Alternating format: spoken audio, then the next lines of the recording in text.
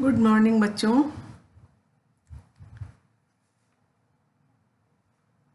आज आप लोग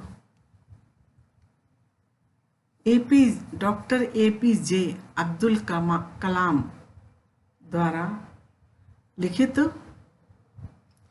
हम और हमारा समाज पाठ का अध्ययन करेंगे।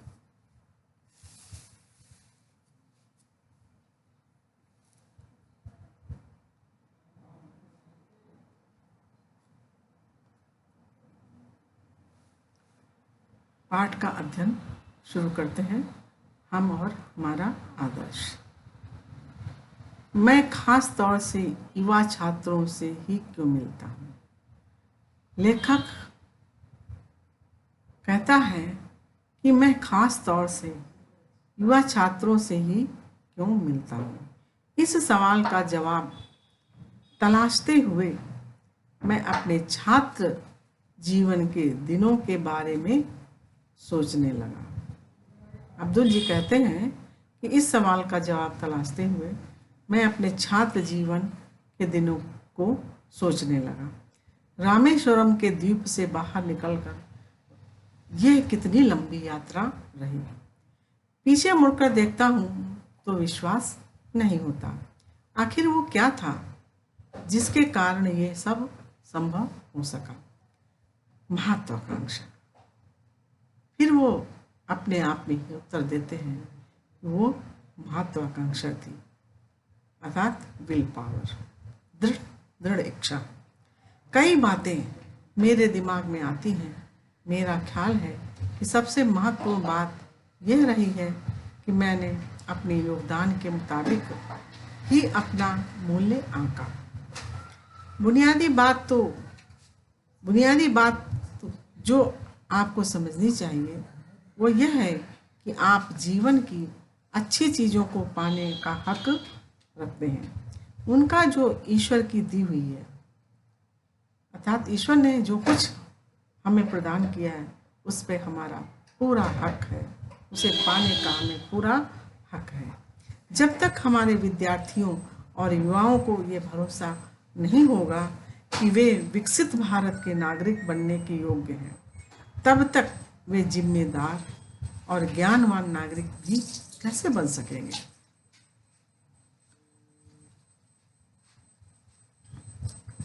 फिर कलाम जी कहते हैं कि विकसित देशों की समृद्धि के पीछे कोई रहस्य नहीं छिपा है। ऐतिहासिक तथ्य बस इतना है कि इन राष्ट्रों जिन्हें G8 के नाम से पुकारा जाता है कि लोगों ने पीढ़ी दर पीढ़ी इस विश्वास को पुख्ता किया कि मजबूत और समृद्ध देश में उन्हें अच्छा जीवन बिताना है, तब सच्चाई उनकी आकांक्षाओं के अनुरूप ढल गई। मैं ये नहीं मानता, लेखक कहता है कि मैं ये नहीं मानता कि समृद्धि और आध्यात्म एक दूसरे के विरोधी हैं या भौतिक वस्तुओं की इच्छा रखना कोई गलत बात है, गलत सोच है। उदाहरण के तौर पर मैं खुद न्यूनतम वस्तुओं का भोग करते हुए जीवन बिता रहा हूँ। कलाम जी कहते हैं कि मैं स्वयं बहुत ही कम वस्तुओं का भोग करते हुए जीवन यापन कर रहा हूँ, लेकिन सर्वत्र समृद्धि की कद्र करता हूँ।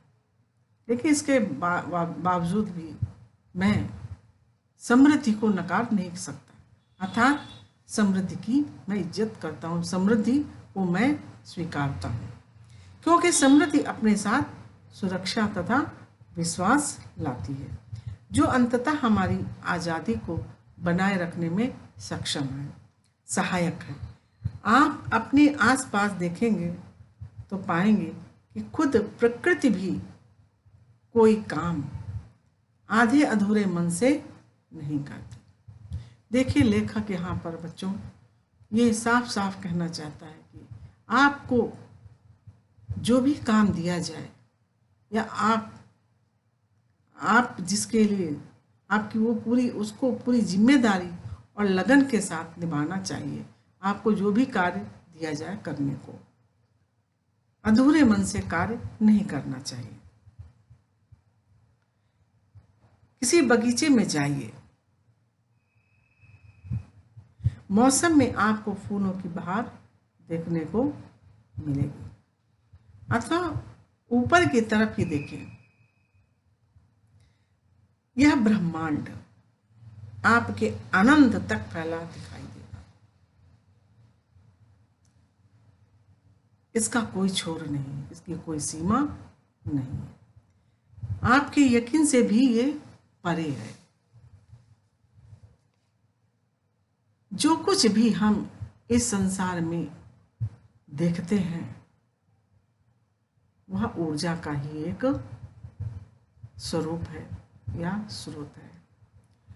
जैसा कि महर्षि अरविंद ने कहा है कि हम भी ऊर्जा के ही अंश हैं। इसलिए जब हमने ये जान लिया कि आत्मा और पदार्थ दोनों ही अस्तित्व का हिस्सा है, यहाँ पर कलाम जी कह रहे हैं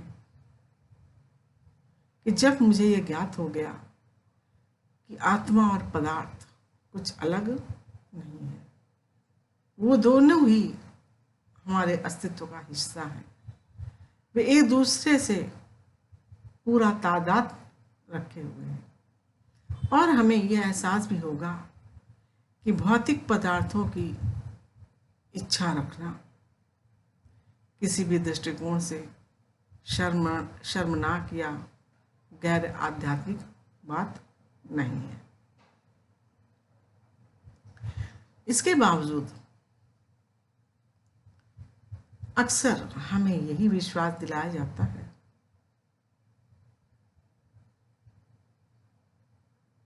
न्यूनतम में गुजारा करने और जीवन बिताने में भी निश्चित रूप से कोई हर्ज नहीं है। महात्मा गांधी ने ऐसा ही जीवन जिया था, लेकिन जैसा कि उनके साथ था, आपके मामले में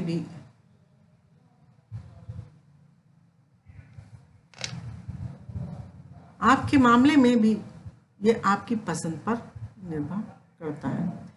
आपकी ऐसी जीवन शैली इसलिए है कि क्योंकि इससे वे तमाम जरूरतें पूरी होती हैं जो आपके भीतर की गहराइयों से उपजी होती हैं।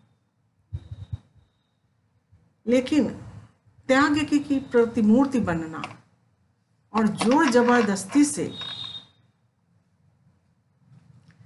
चुनना, सहने का गुणगान करना अलग बातें हैं।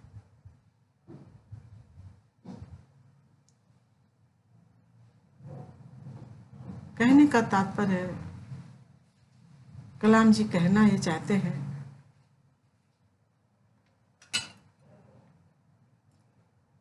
कि त्याग की प्रतिमा बन करके, अपनी इच्छाओं का दमन करके और सहनशील बनने का दिखावा करना, ये सब बातें निराधार हैं। हमारी युवा शक्ति से संपर्क कायम करने के मेरे फैसले का आधार भी यही रहा है। उनके सपनों को जानना और उन्हें बताना कि अच्छे भरे पूरे और सुख सुविधाओं से पूर्ण जीवन के सपने देखना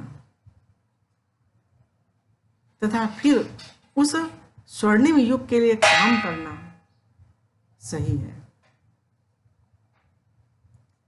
आप जो कुछ भी करें वो आपके हृदय से किया गया हो, अर्थात पूरे मन से किया गया हो, उसमें आपकी तल्लीनता झलकती हो, अपनी आत्म को अभिव्यक्ति दे, अर्थात अपने विचारों को दबाए नहीं, और इस तरह अपने आसपास प्यार तथा खुशियों का प्रसार कर सकेंगे। जब इस प्रकार के मार्ग पर चलेंगे आप, तो आपके आसपास खुशियाँ बिखरेंगी। बच्चों, इस पाठ में मुख्यतः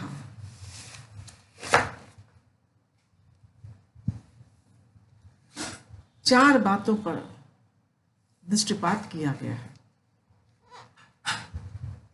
पहली बात बतलाई गई है कि नागरिकों में समृद्ध राष्ट्र की प्रबल इच्छा हो। दूसरी बात बतलाई गई है प्रगति के लिए खुद के महत्व को वरीयता देना, श्रेष्ठता देना। तीसरी बात बतलाई गई है जीवन में सांसारिक वस्तुओं का महत्व भी होता है। चौथी बात बतलाया है स्वतंत्रतापूर्ण कार्य ही आनंद का साधन है। कलाम जी ने राष्ट्र की प्रगति हेतु स्वयं को सुख साधनों से युक्त बनाने का प्रयास करने की बात कही है। वो भौतिकता और आध्यात्मिकता को एक दूसरे का पूरक बतलाते हैं तथा स्वयं के महत्व को पहचानना अर्थात अपना महत्व भी समझना चाहिए। उनका मानना है कि ईश्वर द्वारा प्रदान की गई वस्तुएं उसका उपभोग करने का अधिकार है, और जब तक मनुष्य के भीतर स्वयं समृद्ध भारत में जीने की इच्छा एवं विश्वास नहीं होगा, वो एक अच्छा नागरिक नहीं बन सकता। G8 देशों के नागरिकों का समृद्ध राष्ट्र में जीने का विश्वास ही उनके विकास का रहस्य है। कलाम जी भौतिकता और आध्यात्मिकता को दोनों को अलग नहीं मानते। वे एक दूसरे का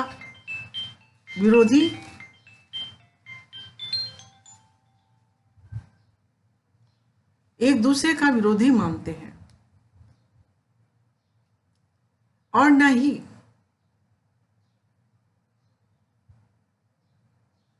भौतिकतावादी मानसिकता को गलत। वह खुद का उदाहरण प्रस्तुत करते हुए कहते हैं कि मेरी न्यूनतम वस्तुओं का उपभोग करने की प्रवृत्ति है, अर्थात कम से कम वस्तुओं का उपभोग करने की मेरी आदत है। समृद्धि मनुष्य में सुरक्षा और विश्वास के भाव को पैदा करती है। आत्मा व पदार्थ सभी का अस्तित्व है, दोनों परस्पर जुड़े हैं, अर्थात दोनों का अपना अस्तित्व है, दोनों एक दूसरे से जुड़े हैं, दोनों में कोई अलगाव नहीं है। बच्चों, आज ये पाठ हमने समाप्त कर दिया। यहीं पर आपका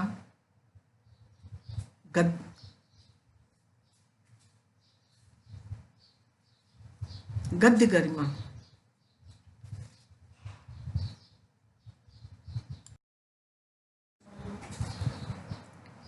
गरिमा के सभी पाठ जो आपके कोर्स में हैं वो समाप्त हो गए। बच्चों, बस पुनः इनका अभ्यास करना है, आपको याद करना है और परीक्षा की तैयारी करनी है। बच्चों, पुनः रिवीजन कराना है और आपको करना होगा। धन्यवाद बच्चों।